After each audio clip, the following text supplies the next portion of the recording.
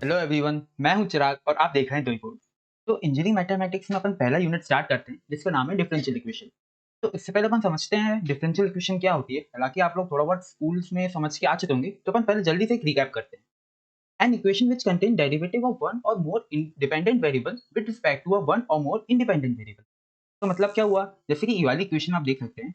y एक अपना variable है, डिपेंडेंट वेरिएबल, उसका डिफरेंशिएशन हो रहा है x के रिस्पेक्ट में, जो x हमारा क्या है, इंडिपेंडेंट वेरिएबल। तो इस टाइप की इक्वेशन जिसमें dy बाई dx आ जाता है, उसको अपन बोल देते हैं डिफरेंशियल इक्वेशन। जैसे कि ये एग्जांपल हो गया डिफरेंशियल इक्वेशन का, एक ये एग्जांपल हो गया। यहाँ पे y का डिफरेंशिएशन हो रहा है x के रिस्पेक्ट में, राइट।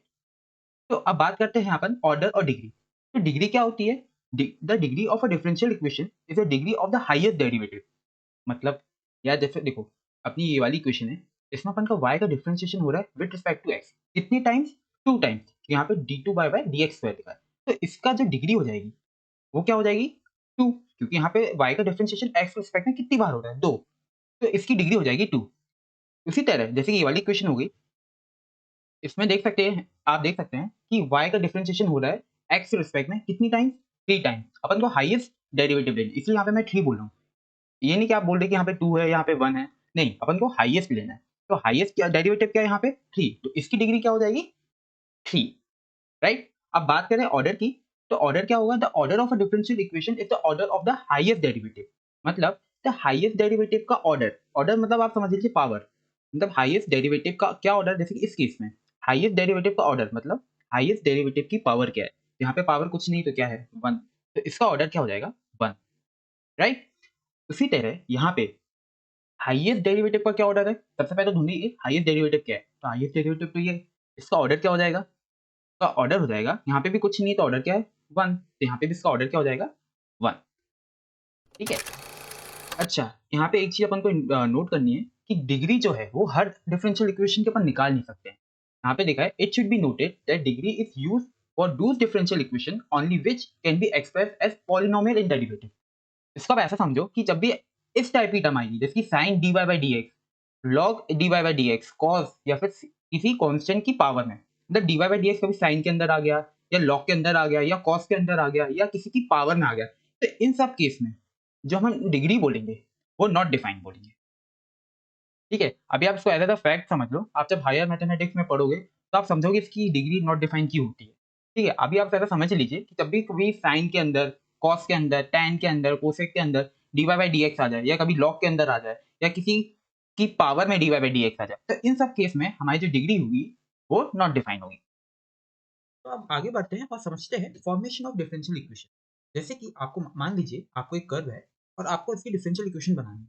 तो रूल सिंपल है, आपको जो यहाँ पे कांस्टेंट दिख रहा है आपको उसको एलिमिनेट करना है डिफरेंशिएट कर करके। जैसे कि यहाँ पे आपको दो कांस्टेंट दिख रहे हैं, ए और बी। तो आपको इस इक्वेशन को दो बार डिफरेंशिएट करके ए और बी कांस्टेंट को एलिमिनेट करना है। तो एग्जांपल के थ्रू समझते हैं अपन से। ये अपन के पास कर्व गिवन है, तो इसको मैं अगर पहले डिफरेंशिएट करता हूँ, तो D Y by D X यहाँ पे हो जाएगा ए, कॉस का डेरिवेटिव क्या होगा? माइनस साइन एक्स स्क्वायर, और by chain rule X square का कितना हो जाएगा? 2x प्लस बी, तो एज इट इज हो जाएगा। और साइन एक्स स्क्वायर का क्या हो जाएगा? Cos X square into 2x, right. अब यहाँ से मैं 2x को कॉमन ले लेता हूँ, तो अपनी इक्वेशन क्या बन जाएगी? 2x minus A sine X square plus B cos X square, है ना। यहाँ पे आ जाएगा अपना D Y by D X, right. अब यहाँ पे अपन को एलिमिनेट तो हुए नहीं ए और बी। एक काम करते हैं, इसको एक और बार डिफरेंशिएट करके देखते हैं। तो एक और बार डिफरेंशिएट करता हूँ मैं, तो क्या हो जाएगा? D square Y by D X square. ठीक है। तो यहाँ पे तो प्रोडक्ट रूल लग जाएगा, तो पहले मैं इसको डिफरेंशिएट कर, राइट। तो 2x तो एज इट इज आ जाएगा, इसका हो जाएगा minus A sine square X का हो जाएगा cos X square, by chain rule X square का हो जाएगा 2x प्लस बी कॉस का क्या हो जाएगा? माइनस साइन एक्स स्क्वायर, और by chain rule X square का कितना हो जाएगा? 2x, right. अब यहाँ पे भी ये वाली टर्म एज इट इज, और इसका डेरिवेटिव तो हो जाएगा 2 और ये as it is a sin x square plus b cos x square. Okay, ये टर्म अपन के यहाँ पे बनी। तो मैं एक काम करता हूँ, यहाँ से 2x कॉमन ले लेता हूँ। ठीक है, तो अपन को क्या मिलेगा?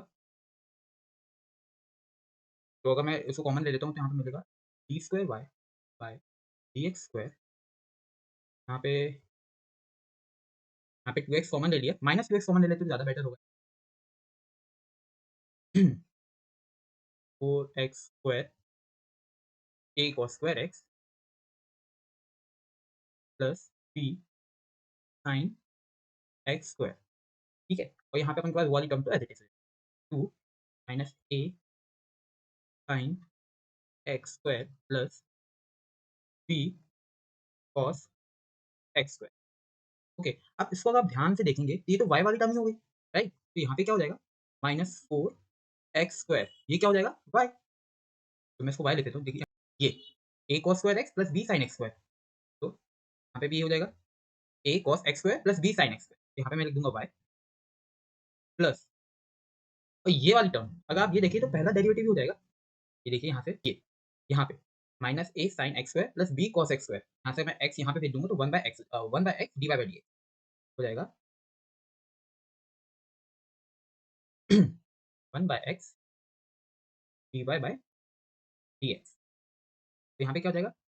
b square y by dx square. तो ये आप इसको थोड़ा रीअरेंज करके लिख देंगे अपन। तो यहाँ पे मैं x से मल्टीप्लाई कर देता हूँ इक्वेशन को, तो अपने पास टर्म हो जाएगी x d square y by dx square equal to minus 4x cube y plus dy by dx। तो ये अपने पास आ गई रिक्वायर्ड डिफरेंशियल इक्वेशन। ठीक है, जिसका ऑर्डर क्या होगा? ऑर्डर तो होगा 2 और डिग्री क्या हो जाएगी? 1। आगे बढ़ते हुए समझते हैं कि फर्स्ट ऑर्डर और फर्स्ट डिग्री डिफरेंशियल इक्वेशन को सॉल्व कैसे करना है।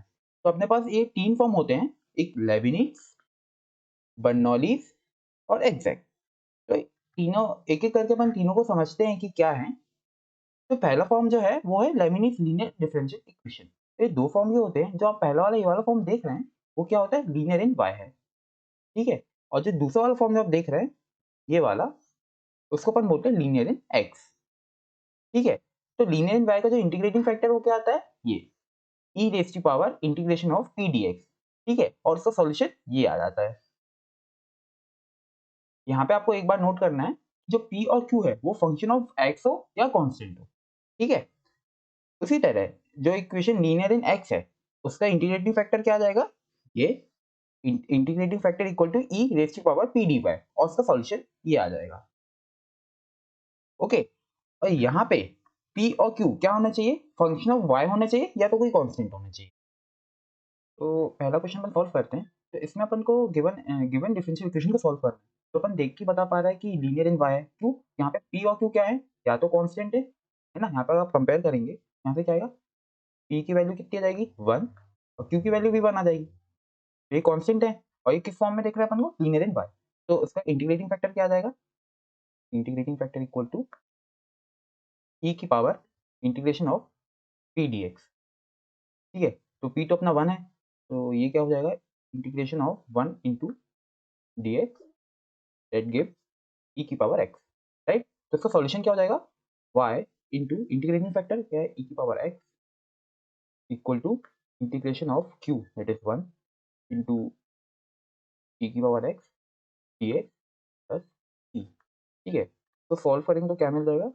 y e की power x equal to e की पावर x से इंटीग्रेशन e की पावर x प्लस c। फिर अपने पास ये रिक्वायर्ड सॉल्यूशन हो जाएगा। आप चाहो तो इसको लीनियर बना के कर सकते हो या फिर डायरेक्ट सेपरेशन ऑफ वेरिएबल से भी कर सकते हो, दोनों से आंसर सेम ही आएगा। तो नेक्स्ट क्वेश्चन ये है, ये वाली डी को अपन को सॉल्व करना है, तो इसको थोड़ा अपन लीनियर बनाने की कोशिश करते हैं। तो मैं इसको ऐसे लिख सकता हूँ कि D X upon D Y equal to sine inverse Y minus X whole upon 1 minus Y square. ठीक है, सिंपली मैंने बस यहाँ पे क्रिस क्रॉस किया है, तो इसको मैं यहाँ से ब्रेक करता हूँ। मान लीजिए कि क्या मिलेगा अपन को? D X upon D Y equal to sine inverse Y 1 minus Y square minus X upon 1 minus Y square. ठीक है, तो थोड़ा और अच्छे से मैं रीअरेंज करके लिखूंगा तो मुझे क्या मिलेगा, D X upon D Y plus X upon 1 minus Y square equal to sine inverse Y whole upon 1 minus Y square. ठीक है, अब आपको यहाँ से साफ साफ देख रहे हैं कि ये लीनियर इन एक्स है। क्यों? क्योंकि यहाँ पे जो पी है वो क्या हो जाएगा, 1 अपॉन 1 बाई वाई स्क्वायर, और क्यू क्या हो जाएगा, sine inverse Y upon 1 minus Y square. यहाँ पे पी और क्यू क्या है, फंक्शन ऑफ वाई है। ठीक है, तो अब आगे बढ़ते हैं, इसमें अपन सबसे पहले आई एफ निकाल लेते हैं।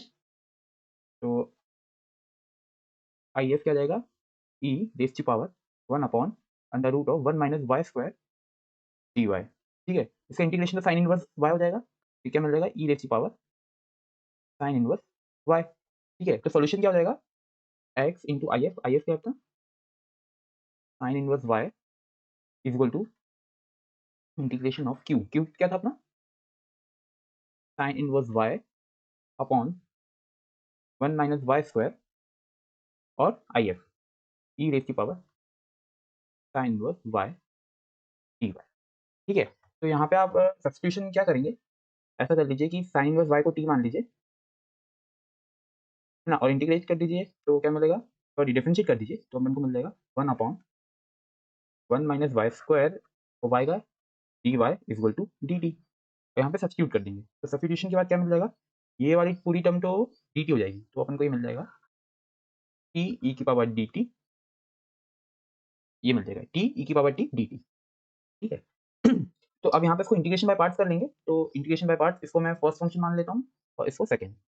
ठीक है, तो first function as it is integration of second function minus integration of differentiation of first function that is 1 और integration of second function into dt plus c, और ये मैं हमेशा भूल जाता हूँ कोई बात नहीं। ठीक है, तो यहाँ पे भी इसको इंटीग्रेट करके मैं सब्स्टिट्यूट भी कर देता हूँ, दो स्टेप एक साथ कर देता हूँ, तो क्या मिल जाएगा, t की वैल्यू अपन को मिल जाएगी साइन इनवर्स y e की power sine inverse y minus, और यहाँ पे इसका इंटीग्रेशन e की पावर t हो जाएगा, मीन्स e की power sine inverse y plus c, और यहाँ पे अपने क्या था, x upon sine inverse y। ये अपने पास रिक्वायर्ड सोल्यूशन हो जाएगा। तो नेक्स्ट क्वेश्चन हमारा ये है, इस गिवन इक्वेशन को हमको सॉल्व करनी है। तो ये तो दिख रहा है साफ साफ कि लीनियर इन y है, तो p की वैल्यू क्या आ जाएगी, यहाँ पे मेरे पास p आ जाएगा 10x, और q क्या आ जाएगा, q हो जाएगा secant x। ठीक है, तो सबसे पहले तो अपन आई एफ निकाल लेते हैं, I F equal to integration integration of 10x dx, तो ये क्या जाएगा, e की power log of secant x। ठीक है, तो ये अपन को क्या मिल जाएगा, ये मिल जाएगा secant x। ठीक है, ये कैंसिल हो जाएगा, और उसी तो यहाँ पे सॉल्यूशन क्या जाएगा, y इंटू आई एफ क्या अपना secant x equal to integration of I F जो अपने पास secant x है, और q भी अपने पास secant x है, तो secant x स्क्वायर हो जाएगा, और यहाँ पे dx, तो इसका इंटीग्रेशन क्या हो जाएगा, secant x का 10x पे आ जाएगा, y secant x is equal to 10x plus c। आप चाहो तो इसको अपन लिख सकते हैं y upon cos x equal to sin x upon cos x plus c, और cos x अगर मैं मल्टीप्लाई कर दूंगा तो अपन को क्या मिल जाएगा, y equal to sin x plus c cos x। ये हमारे पास रिक्वायर्ड सॉल्यूशन हो जाएगा। ठीक है, तो नेक्स्ट क्वेश्चन हमारा ये है, तो ये अपन को साफ साफ देख रहे हैं कि ये लीनियर इन y है, तो यहाँ से सबसे पहले अपन p की वैल्यू निकाल लेते हैं। p आ जाएगा अपना 2/x, और q आ जाएगा sin x। ठीक है, तो सबसे पहले आई एफ निकाल लेते हैं, जो आई एफ हो जाएगा वो हो जाएगा इंटीग्रेशन ऑफ 2/x dx, जो हो जाएगा 2 log x। ठीक है, और ये 2 log x क्या हो जाएगा, x स्क्वायर, 2 इधर चला जाएगा, वो कैंसिल हो जाएगा, तो सॉल्यूशन क्या मिल जाएगा, y into I F equal to integration of x square sine x dx plus. ठीक है, अब यहाँ पे अपन इंटीग्रेशन बाय पार्ट्स लगा देते हैं, तो मैं पहला फंक्शन और इसको सेकंड फंक्शन। ठीक है, तो इंटीग्रेशन बाय पार्ट्स लगा के मुझे क्या मिलेगा, ये तो एक्स स्क्वायर का वाई स्क्वायर और इंटीग्रेशन बाय पार्ट से तो first function as it is okay, तो first function as it is integration of second function minus cos x minus integration of differentiation of first function into integration of second function cos x dx plus c। ठीक है, तो ये मिल जाएगा हमको y x square is equal to minus X square cos x, तो ये minus minus plus हो जाएगा और 2 को भी बाहर ले लेता हूँ, तो 2 integration of x cos x dx plus c। अब यहाँ पे एक बार और अपन इंटीग्रेशन बाय पार्ट्स कर देते हैं, तो इसको मैं फर्स्ट फंक्शन और इसको सेकंड फंक्शन। ठीक है, तो ये मिल जाएगा y equal to X square equal to minus X square cos x plus 2 bracket first function as it is integration of second function that is sin x minus integration of differentiation of first function that is 1 into integration of second function जो हो जाएगा अपने पास sin x dx plus c। ठीक है, तो simplify करेंगे तो क्या मिलेगा y x square is equal to minus X square cos x plus 2 whole bracket x sin x नहीं माइनस sin x का इंटीग्रेशन क्या रहेगा minus cos x plus c। ठीक है, यहाँ 2c लिख दीजिए, यहाँ से मैंने 2 को यहाँ से मल्टीप्लाई कर दिया था, तो ये हो जाएगा Y X square is equal to minus X square cos x plus 2x sin x plus ये माइनस माइनस प्लस और 2 cos x प्लस 2c एक नया कॉन्स्टेंट हो जाएगा c। ठीक है, तो ये अपने पास रिक्वायर्ड सोल्यूशन आ जाएगा। तो नेक्स्ट क्वेश्चन हमारा ये है, तो अभी ये लीनियर डिफरेंशियल इक्वेशन तो है नहीं, क्योंकि हमारे पास जो ये वाली टर्म है ये फंक्शन ऑफ एक्स ओनली होना चाहिए, है ना, और ये वाली टर्म जो है यहाँ पे जो y का कोफिशिएंट है वो फंक्शन ऑफ एक्स होना चाहिए, लेकिन यहाँ पे y वाली टर्म ही नहीं है ना, तो यहाँ पे कोफिशिएंट की तो बात ही नहीं हो पाएगी। तो एक काम करते हैं, अपन इसको लीनियर बनाने की कोशिश करते हैं। ठीक है, तो मैं इसको लिख सकता हूँ dy by D x plus इसको मैं एक्सपेंड कर देते हैं, तो मिल जाएगा 2x sin y cos y is equal to X cube cos square y। ठीक है, ये वाली टर्म ये आ जाएगा। अब मान लीजिए मुझे ये वाली टर्म को वो हटाना है, तो अपन क्या कर सकते हैं, पूरी इक्वेशन में cos स्क्वायर y पे डिवाइड कर देते हैं, तो अपन को क्या मिल जाएगा secant square y dy by D x plus 2x tan y is equal to X cube.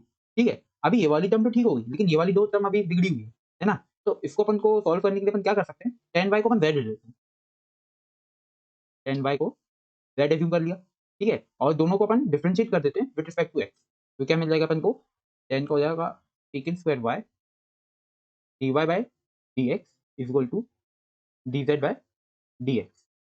ठीक है, आप सोच रहे होंगे मैंने x के रिस्पेक्ट में क्यों डिफरेंशिएट किया, क्योंकि मुझे dy बाई dx वाली टर्म चाहिए, है ना, इसलिए ये वैल्यू को अपन सब्स्टिट्यूट कर देते हैं, तो क्या मिल जाएगा dz by dx plus 2x z is equal to X cube, है ना। अब आप देख होगे कि ये वाली जो इक्वेशन है वो लीनियर इन z हो गई अब, है ना। यहाँ पे अपन अगर p देखें, p क्या हो जाएगा 2x और q हो जाएगा एक्स क्यूब, है ना। ये इक्वेशन लीनियर इन z होगी, और जो p और q हो गए वो क्या हो गए, फंक्शन ऑफ x ओनली हो गए, है ना। तो इसका अपन if निकाल लेते हैं, तो if क्या आ जाएगा e raise to power 2x dx जो मिल जाएगा e की पावर x स्क्वायर, है ना। तो उसका सॉल्यूशन क्या हो जाएगा, यहाँ पे z into I F, z क्यों, क्योंकि ये लीनियर इन z है, तो आई एफ क्या है अपना यहाँ पे e की पावर x स्क्वायर, और ये हो जाएगा इंटीग्रेशन ऑफ e की पावर x स्क्वायर q क्या अपना x cube dx plus concept of integration. ठीक है, अब क्या करेंगे, z की वैल्यू सब्स्टिट्यूट कर देंगे, तो हो जाएगा ये tan y e की power x square is equal to, अब यहाँ पे सब्स्टिट्यूशन क्या करेंगे आप, x स्क्वायर को e अज्यूम कर लो, यहाँ पे दोनों साइड अपन डिफरेंशिएट कर दो, तो x dx हो जाएगा हाफ dt। ठीक है, और इसकी वैल्यू अपन यहाँ पे डाल लेंगे, तो यहाँ पे क्या जाएगा e की पावर x स्क्वायर क्या है अपना t, और x क्यूब को मैं क्या लिख सकता हूँ x square x dx plus c। ठीक है, अब ये x dx की जगह अपन लिख देंगे x dx की जगह लिख देंगे हाफ dt, और x स्क्वायर की जगह लिख देंगे t। ठीक है, तो यहीं पे अपन सब्स्टिट्यूट कर देते हैं। यहीं पे सब्स्टिट्यूट करने के बाद क्या मिलेगा, ठीक है, यहीं पे सब्स्टिट्यूट करेंगे तो क्या मिलेगा, टी, यहाँ पे आ जाएगा dt। ठीक है, अब यहाँ पे इंटीग्रेशन बाय पार्ट्स कर देते हैं, यहाँ पे एक हाफ और आ जाएगा dt बाय, ठीक है, अब यहाँ पे इंटीग्रेशन बाय बाय पार्ट्स कर देते हैं, ये फर्स्ट फंक्शन, ये सेकंड फंक्शन, ठीक है, तो ये क्या हो जाएगा, ये हाफ बाहर आ जाएगा, ये first function as it is, integration of second function minus integration of differentiation of first function 1 integration of second function t dt plus t, तो हो जाएगा 10 y e की पावर x स्क्वायर। ठीक है, अब मैं यहाँ पे e की पावर एक काम करता हूँ, सॉल्व वो कर देते हैं, सिंप्लीफाई, ये हो जाएगा हाफ t e की पावर t माइनस इसका इंटीग्रेशन e की पावर t प्लस t, यहाँ पे 10 y e की पावर x स्क्वायर है ना। अब यहाँ पे क्या करता हूँ मैं, e की पावर t को कॉमन लेके और t की वैल्यू सब्स्टिट्यूट कर दूंगा। ठीक है, तो मुझे मिलेगा यहाँ पे 10 y e की power x square equal to, यहाँ पे मैंने e की पावर t कॉमन ले लिया तो हो जाएगा e की power x square by 2 x square minus 1। ठीक है, यहाँ से मैंने e की पावर t कॉमन ले लिया प्लस t प्लस t। ठीक है, चाहो तो आप यहाँ से ऐसा भी लिख सकते हो इसको, 10 y e की power x square into e की पावर x स्क्वायर में सबसे कॉमन ले लेता हूँ, तो ये आ जाएगा e की पावर x स्क्वायर और 2 भी कॉमन ले लेते हैं बाई 2 में बड़ा bracket x square minus 1 plus यहाँ से कॉमन लेंगे तो क्या मिलेगा 2c e की पावर माइनस x स्क्वायर, है ना, यहाँ पे 2c एक नया कांस्टेंट हो जाएगा। ठीक है, और ये e की पावर x स्क्वायर कैंसिल हो जाएगा, तो ये आ जाएगा अपन के पास 10y is equal to half x square minus 1 plus c e की पावर माइनस x स्क्वायर। ठीक है, ये अपने पास रिक्वायर्ड सॉल्यूशन आ जाएगा। तो नेक्स्ट है हमारा एग्जैक्ट डिफरेंशियल इक्वेशन। तो अपन समझते हैं कि ये एग्जैक्ट डिफरेंशियल इक्वेशन क्या होती है। ठीक है, सपोज करिए हमारे पास कोई इक्वेशन है m dx plus n dy equal to 0, जहाँ पे m और n क्या है, function of x and y। तो अपन करते क्या है, पार्शियल डिफरेंशिएशन करते हैं m का with respect to y keeping the x constant. ठीक है, और n का भी अपन पार्शियल डिफरेंशिएशन करते हैं with respect to x keeping the y constant. अपन चेक करते हैं कि यार दोनों वैल्यू सेम है, कि del m upon del y equal to del n upon del x है। अगर है तो अपन बोलेंगे कि given equation exact differential equation है ना। अगर इक्वल नहीं है तो अपन बोलेंगे कि वो एग्जैक्ट डिफरेंशियल इक्वेशन नहीं है। इससे अपन को फायदा क्या मिलेगा कि जो एग्जैक्ट डिफरेंशियल इक्वेशन होती है उनके सॉल्यूशन अपन बहुत इजीली और आसानी से निकल जाते हैं। तो सॉल्यूशन कैसे निकालेंगे, integration of m dx y constant, मतलब m का अपन इंटीग्रेट कर देंगे x के रिस्पेक्ट में और y को कांस्टेंट मानते हुए, प्लस यहाँ पे अपन n की वाली टर्म लिखेंगे जहाँ पे x नहीं है। ठीक है, और उसको y के रिस्पेक्ट में इंटीग्रेट कर देंगे एंड इक्वल टू c। इसको एक क्वेश्चन के थ्रू समझते हैं कि क्वेश्चन है, मैं इस इक्वेशन को अपन को सॉल्व करनी है।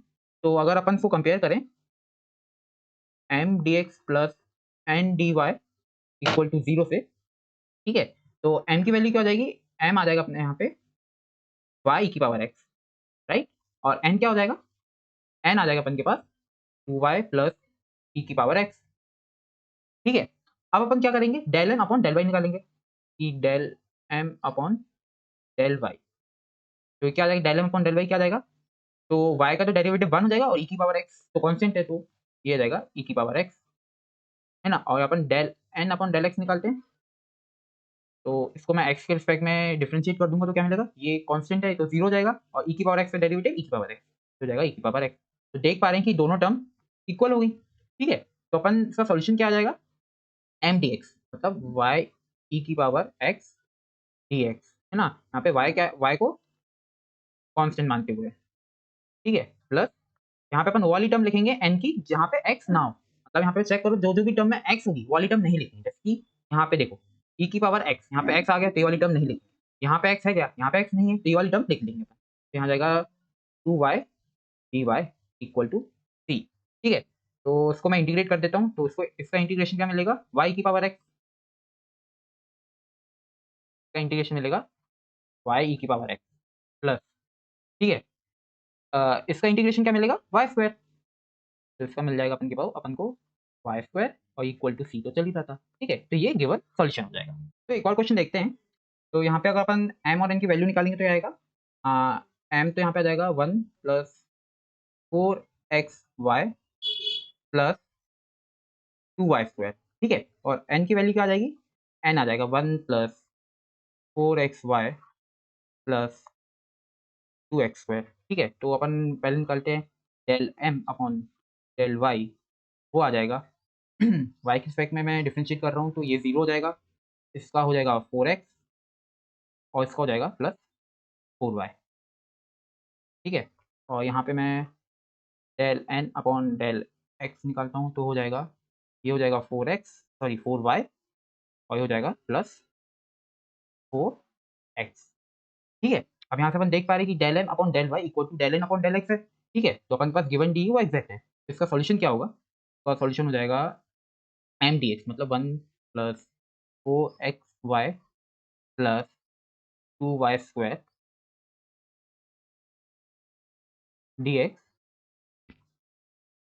प्लस, यहाँ पे वो वाली टर्म लिखेंगे जो जिसमें x ना होगा, n की वाली टर्म, तो यहाँ पे x है, ये वाली टर्म भी नहीं आएगी, ये भी नहीं आएगी, सिर्फ 1 आएगा, तो 1 × dy इक्वल टू c, ठीक है। तो इसको इंटीग्रेट करेंगे, यहाँ पे y कांस्टेंट होगा अपना, तो ये हो जाएगा x प्लस ये कितना हो जाएगा 4y², 4xy² bye 2 plus 2y³ bye 3 plus इसका हो जाएगा y इक्वल टू c, तो आप चाहो तो कैंसिल कर देंगे, 2 टाइम्स आ जाएगा, ठीक है, ये अपने पास गिवन सॉल्यूशन आ जाएगा।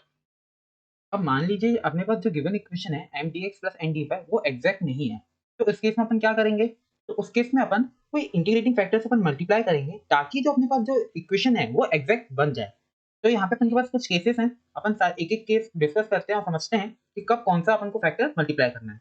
तो पहला केस ये है कि अपन के पास जो गिवन इक्वेशन है वो एग्जैक्ट नहीं है बट वो होमोजीनियस है, मतलब m x plus n y, यहाँ पे जो एम और एन है वो वाली वो कैसे होनी चाहिए, होमोजीनियस, मतलब सारे टर्म की जो डिग्री है वो सेम होनी चाहिए, है ना। अगर इस केस में अगर वो होमोजीनियस है तो इंटीग्रेटिंग फैक्टर ये होगा 1/mx प्लस एन वाई। यहाँ से आप देख के समझ पा रहे होंगे कि mx plus n y not equal to 0 होना चाहिए, क्यों, अगर वो 0 हो गया तो इंटीग्रेटिंग फैक्टर तो नॉट डिफाइन हो जाएगा, ठीक है। तो इसके साथ ये वाली कंडीशन भी आपको याद करनी है, ठीक है। अगर मान लीजिए कि वो एग्जैक्ट नहीं है और होमोजीनियस भी नहीं है, तो देख चेक करो क्या वो इस फॉर्म में है, ये वाला फॉर्म, कि कोई फंक्शन हो एक्स वाई का फंक्शन हो into y d x plus एक और कोई फंक्शन हो एक्स वाई का x d Y equal to 0, अगर वो इस फॉर्म में है तो इंटीग्रेटिंग फैक्टर ये हो जाएगा।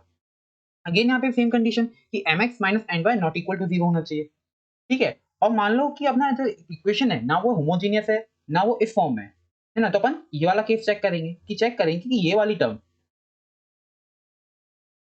Term the function of x है क्या, ओनली फंक्शन ऑफ एक्स, अगर ये ओनली फंक्शन ऑफ एक्स है तो इंटीग्रेटिंग फैक्टर हो जाएगा ये, ठीक है। और अगर वो एक्स का फंक्शन नहीं है तो अपन ये इसको चेक करेंगे, ये वाली टर्म को अपन चेक करेंगे कि ये वाली टर्म क्या फंक्शन ऑफ y है, अगर वो फंक्शन ऑफ y है तो उस केस में इंटीग्रेटिंग फैक्टर ये हो जाएगा, ठीक है। एक बार अपन के पास if आ गया तो अपन पूरी इक्वेशन को if से मल्टीप्लाई कर देंगे और उसके बाद जो अपन के पास जो इक्वेशन आएगी वो एग्जैक्ट में होगी, अपन को चेक नहीं करना पड़ेगा, वो होगी ही, ठीक है। एक और लास्ट केस एक और होता है कि मान लो कि वो चारों केस सेटिस्फाई नहीं हो रहा है, जो अपन ने ये वाले केस देखे, सॉरी तीनों केस, ये तीनों केस सेटिस्फाई नहीं हो रहा है, तो अपन लास्ट केस और चेक करते हैं।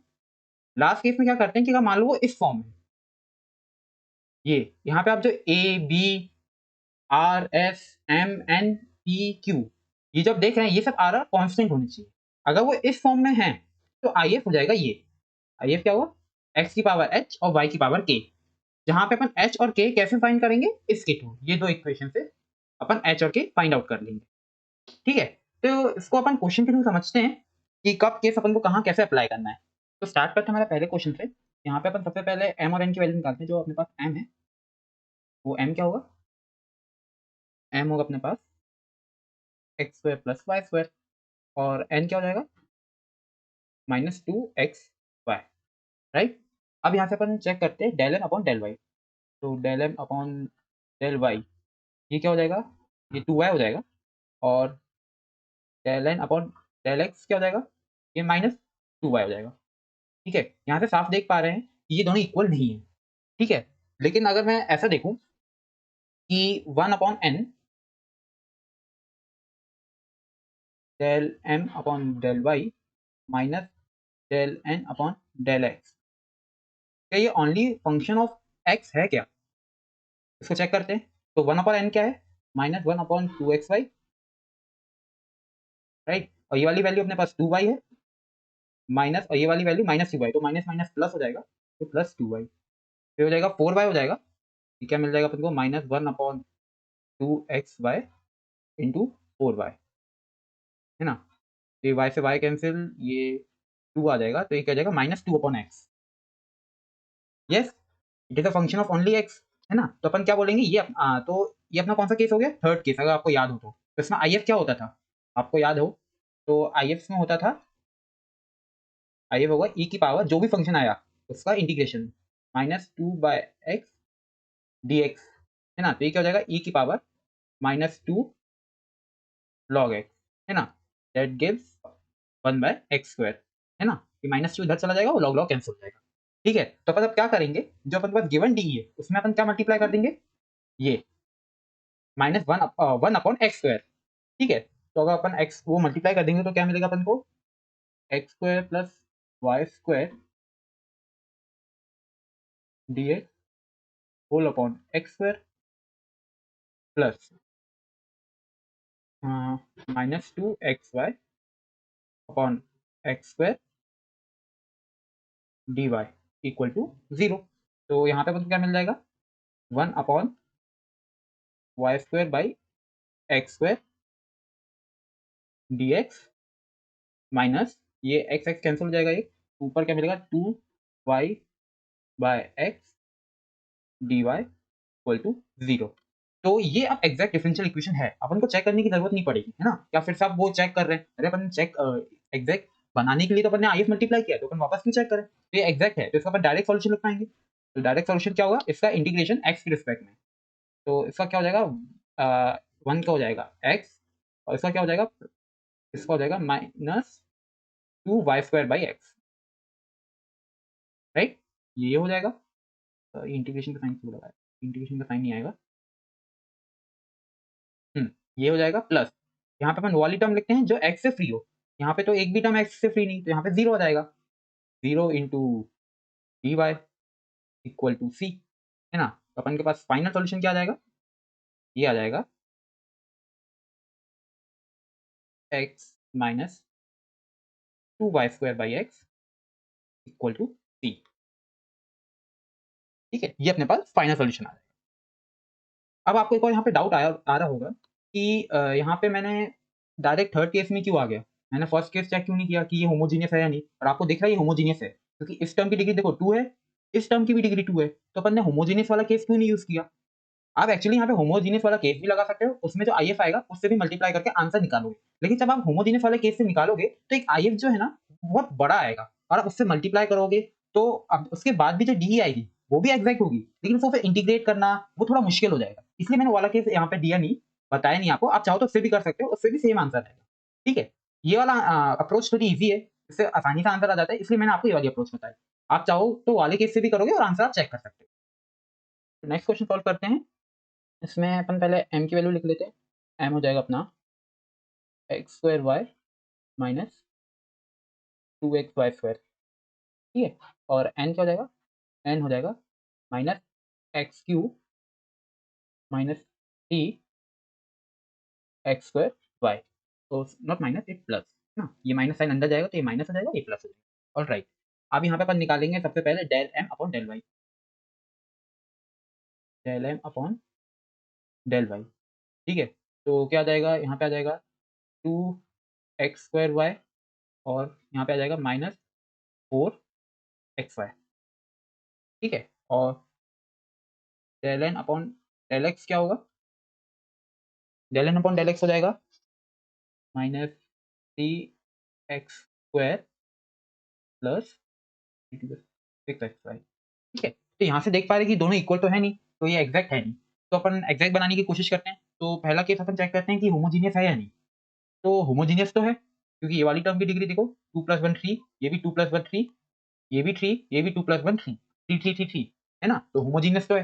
तो होमोजीनियस के केस में आईएफ क्या होता था, होमोजीनियस के केस में आईएफ अपना होता था 1/mx plus n Y, right. तो निकालते हैं क्या आएगा ये mx, मतलब m में मैं x मल्टीप्लाई करूंगा तो क्या मिलेगा, एक्स क्यूब वाई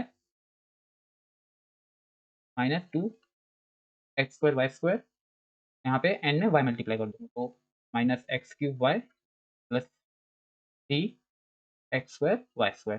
ठीक है, तो ये वाली टर्म तो कैंसिल आउट हो गई। ठीक है, और ये कितना हो जाएगा, 3 - 2 हो जाएगा 1, तो ये हो जाएगा माइनस x² y²। ठीक है, ये अपने पास आई एफ आ जाएगा। ठीक है, आई एफ भी अपने पास ठीक ठाक आ गया, छोटा सा आई एफ वो ज़्यादा अपना सुटेबल रहता है कि अपना जितना छोटा आई एफ मल्टीप्लाई करने के लिए उतना बेस्ट होता है। तो पूरी इक्वेशन को अपन मैं इससे मल्टीप्लाई कर दूंगा, तो मुझे क्या मिलेगा, x² y minus 2 x² y² whole upon x² y² dx minus x³ minus 3 x² y whole upon x² y² dy equal to 0। तो सिंप्लीफाई कर लो, मतलब सिंप्लीफाई कैसे करोगे, यहाँ से ब्रेक कर देना, यहाँ से और एक यहाँ से, तो आपको मिल जाएगा क्या, यहाँ से मिलेगा 1/y minus 2/x dx minus यहाँ से आपको मिल जाएगा x/y² माइनस यहाँ से क्या मिलेगा, y x² कैंसिल, एक y भी cancel, 3/y into dy equal to 0। ठीक है, तो यहाँ पे आप देख रहे हो कि इक्वेशन एग्जैक्ट हो गई, अपन को चेक नहीं करना है, ये एग्जैक्ट बन चुकी है, जिसका अपन डायरेक्ट सॉल्यूशन लिखेंगे। तो इसका इंटीग्रेशन x के रिस्पेक्ट में y को कांस्टेंट मानते हुए, तो क्या जाएगा इसका इंटीग्रेशन, मैं डायरेक्ट लिख देता हूँ, तो जाएगा x/y इसका इंटीग्रेशन, तो इसका हो जाएगा -2 log x, राइट। और यहाँ पे प्लस, ठीक है, यहाँ पे अपन वो वाली टर्म लिखते हैं जो फ्री फ्रॉम x है, तो यहाँ पे तो x है, तो ये वाली टर्म तो लिखेंगे नहीं, बची ये वाली टर्म है ना, तो ये वाली टर्म लिखेंगे, और यहाँ से अपन माइनस भी अंदर चला जाएगा, है ना, माइनस अंदर जाएगा तो ये माइनस माइनस प्लस हो जाएगा, तो ये हो जाएगा 3/y dy इक्वल टू 3। ये क्या हो जाएगा, x/y minus 2 log x plus 3 log y equal to 3। ठीक है, अपने पास रिक्वायर्ड सोल्यूशन आ जाएगा। तो नेक्स्ट क्वेश्चन अपना सॉल्व करते हैं। तो उसको सबसे पहले तो अपन स्टैंडर्ड फॉर्म में ले आते हैं, mean m d x plus n d Y equal to 0। तो ये कैसे लिख पाएंगे, अपन लिख पाएंगे 2x³ minus y d x plus x d Y equal to 0। ठीक है, तो सबसे पहले अपन चेक करते हैं del m upon del y. ठीक है, तो ये क्या जाएगा, ये -1 हो जाएगा, और del n upon del x क्या हो जाएगा, ये 1 हो जाएगा, है ना। तो ये दोनों इक्वल तो है नहीं, तो अपन चेक करते हैं कि क्या ये होमोजीनियस है, तो होमोजीनियस भी नहीं दिख रहा, क्यों, यहाँ पे डिग्री 3 है, यहाँ पे डिग्री 1 है, तो होमोजीनियस भी नहीं। तो अपन अब चेक करते हैं ये वाला केस कि 1/n del m upon del y minus del n upon del x, क्या ये ओनली फंक्शन ऑफ एक्स है क्या, तो चेक करते हैं। तो 1/n की वैल्यू क्या है, n है अपना x, और ये वाली वैल्यू क्या है -1 माइनस, और ये वाली वैल्यू क्या है 1, है ना, तो ये क्या हो जाएगा -2/x। हाँ, ये only the function of x है, तो आई एफ क्या हो जाएगा, तो आई एफ हो जाएगा e की पावर जो भी फंक्शन होगा -2/x का इंटीग्रेशन, है ना, का इंटीग्रेशन, तो ये क्या हो जाएगा e की पावर -2 log x, है ना, ये हो जाएगा 1/x²। ठीक है, तो अपन अब क्या करेंगे, 1/x² से पूरी इक्वेशन को मल्टीप्लाई कर देंगे, तो अपन को क्या मिलेगा, 2x³ minus y by x² dx plus x dy by x² equal to 0। ठीक है, इसको सिंप्लीफाई करके क्या मिलेगा, 2x minus y by x², है ना, हो जाएगा dx plus dy upon x equal to 0, ये एग्जैक्ट कैंसिल हो जाएगा। अब इसको चेक कर लेते हैं कि ये एग्जैक्ट है या नहीं, है ना, तो चेक नहीं करना है, ये मैं आपको बताना चाह रहा हूँ। यहाँ पे बहुत लोग फिर से चेक करने लगेंगे, अरे यार एग्जैक्ट बनाने के लिए तो अपन ने मल्टीप्लाई किया, तो एग्जैक्ट बन गया होगा वो, है ना, तो अपन दोबारा क्यों चेक करें, यहाँ पे अपन चेक नहीं करेंगे, ये एग्जैक्ट बन गया। हालाँकि अगर आपको ये देखना है कि हाँ, मैंने क्वेश्चन सही किया या नहीं, कहीं गलती नहीं की, तो आप चाहो तो चेक कर सकते हैं, लेकिन एग्ज़ाम में चेक करने की ज़रूरत नहीं है आपको, क्योंकि आपके पास इतना टाइम नहीं है ना? तो ये एग्ज़ैक्ट बन गया, तो इसका मैं डायरेक्ट सॉल्यूशन लिख लेता हूँ। ये अपने पास ये वाली टर्म क्या होगी m और ये वाली टर्म हो गई n। तो m का अपन इंटीग्रेशन करेंगे x के रिस्पेक्ट में कीपिंग द y कांस्टेंट। तो क्या मिलेगा अपन को 2x² माइनस ये y बाहर आ जाएगा और 1/x² का इंटीग्रेशन क्या हो जाता था? -1/x, है ना? प्लस यहाँ पे अपन वो वाली टर्म लिखते थे जो x से फ्री हो। यहाँ पे तो एक ही टर्म है, उसमें भी x है। तो यहाँ पे तो कोई सी टर्म नहीं आएगी, यहाँ पे मैं 0 लिख दूँगा इक्वल टू यहाँ पे आ जाएगा c। तो ये क्या हो जाएगा, ये 2 कैंसल, x² ये minus minus plus, plus y/x equal to c। तो ये हमारे पास सॉल्यूशन हो जाएगा।